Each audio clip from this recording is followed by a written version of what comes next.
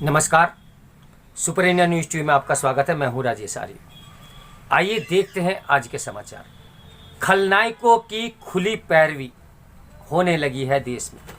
उत्तर प्रदेश समेत 5 राज्यों के विधानसभा चुनाव नज़दीक आ गए हैं। इसका एक प्रमाण सपा नेता अखिलेश यादव की ओर से दिया गया ये बयान भी है कि महात्मा गांधी, जवाहरलाल नेहरू, सरदार पटेल और मोहम्मद अली जिन्ना एक ही संस्था में पढ़कर बैरिस्टर बने और फिर उन्होंने देश को आज़ादी दिलाई। इसका मतलब यही निकलता है ना कि आज़ादी में जितना योगदान गांधी, नेहरू, पटेल का था उतना ही जिन्ना का भी था। यह कार्य स्वीकार्य नहीं हो सकता क्योंकि जिन्ना देश विभाजन के सबसे बड़े खलनायक थे। उन्होंने ही विभाजन के पहले 1946 में देश को डराने के लिए डायरेक्ट एक्शन डे यानी सीधी कार्रवाई का ऐलान किया था, जिसमें बंगाल में हजारों हिंदुओं को मौत के घाट उतार दिया गया था। चूंकि तब बंगाल में मुस्लिम लीग का शासन था और मुख्यमंत्री थे जिन्ना के करीबी हुसैन सुहरावर्दी, इसलिए उन्होंने दंगाइयों को खुली छूट देने के लिए 16 अगस्त को छुट्टी कर दी। नतीजा यह हुआ कि दंगाइयों ने जमकर कत्लेआम मचाया। अंग्रेजी सत्ता की हिंसा रोकने की अनिच्छा के कारण भी कलकत्ता और उसके आसपास हिंसा, हत्या, दुष्कर्म और लूट का भीषण नंगा नाच 16 अगस्त से लेकर 20 अगस्त तक चला। इस भयावह हिंसा से देश हिल गया और विभाजन को टालना मुश्किल माना जाने लगा। आखिरकार ऐसा हुआ भी। पता नहीं कि जिन्ना को गांधी, नेहरू, पटेल के समकक्ष रखने वाले बयान से अखिलेश यादव को क्या हासिल होगा, लेकिन ये पहली बार नहीं हुआ जब देश में जिन्ना की पैरवी की गई हो। कुछ समय पहले अलीगढ़ मुस्लिम विश्वविद्यालय AMU से जिन्ना की फोटो हटाने की मांग पर विश्वविद्यालय प्रशासन के साथ कथित सेकुलर तत्वों ने भारत विभाजन के इस सबसे बड़े खलनायक को यह कहकर बचाव किया था कि उन्हें तो बंटवारे से बहुत पहले छात्र संघ की ओर से आजीवन सदस्यता दे दी गई थी। यह कृतज्ञ था, कुतर्क ही था, लेकिन AMU छात्र संघ की हठधर्मी के कारण जिन्ना की फोटो वहां सलामत रही। अलग मुस्लिम देश की जिद पकड़ने के कारण जीवन काल का उल्लेख कर जिन्ना की तारीफ करने का काम लाल कृष्ण आडवाणी ने भी किया था। पाकिस्तान की यात्रा पर गए आडवाणी ने कहा था कि जिन्ना का जिक्र एक ऐसे व्यक्तित्व के रूप में किया जाना चाहिए जो मुस्लिम बहुल आबादी के साथ पंथ निरपेक्ष देश चाहते थे। बेशक मुस्लिम लीगी बनने से पहले तक जिन्ना खुद को केवल मुसलमानों का नेता नहीं मानते थे, लेकिन बाद में वह 2 राष्ट्र सिद्धांत के मुरीद बन गए और फिर उनकी जिद से देश का रक्त रंजित विभाजन हुआ।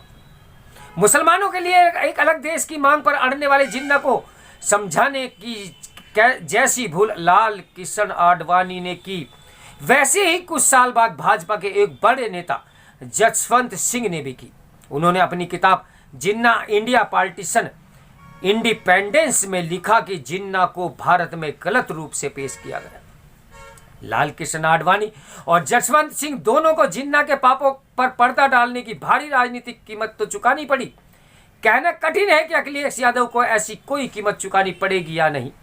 जो भी हो, जिन्ना के प्रारंभिक जीवन को रेखांकित कर उसका गुणगान करना वैसे ही है जैसे कोई घोटालेबाज महाठग नीरव मोदी को यह कहकर बड़ाई करे कि वह एक प्रतिभाशाली हीरा व्यापारी था, अथवा आंतकी बुरहान वानी को केवल हेडमास्टर के सुंदर सुशील रूप के रूप में चित्रित करने लगे।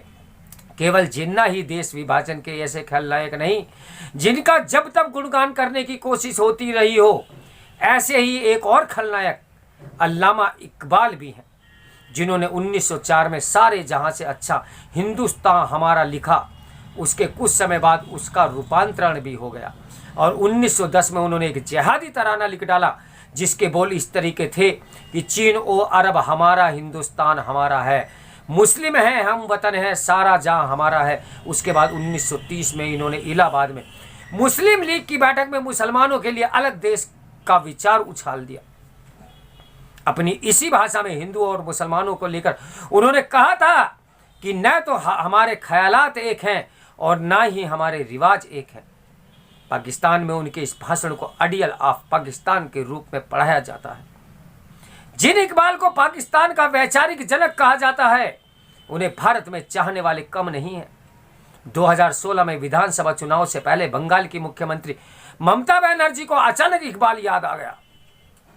2015 में बंगाल उर्दू अकादमी की ओर से आनन फानन में जश्न इकबाल का आयोजन हुआ, जिसमें ममता सरकार ने इकबाल को मरणोपरांत तराना ए हिंद सम्मान से नवाजा।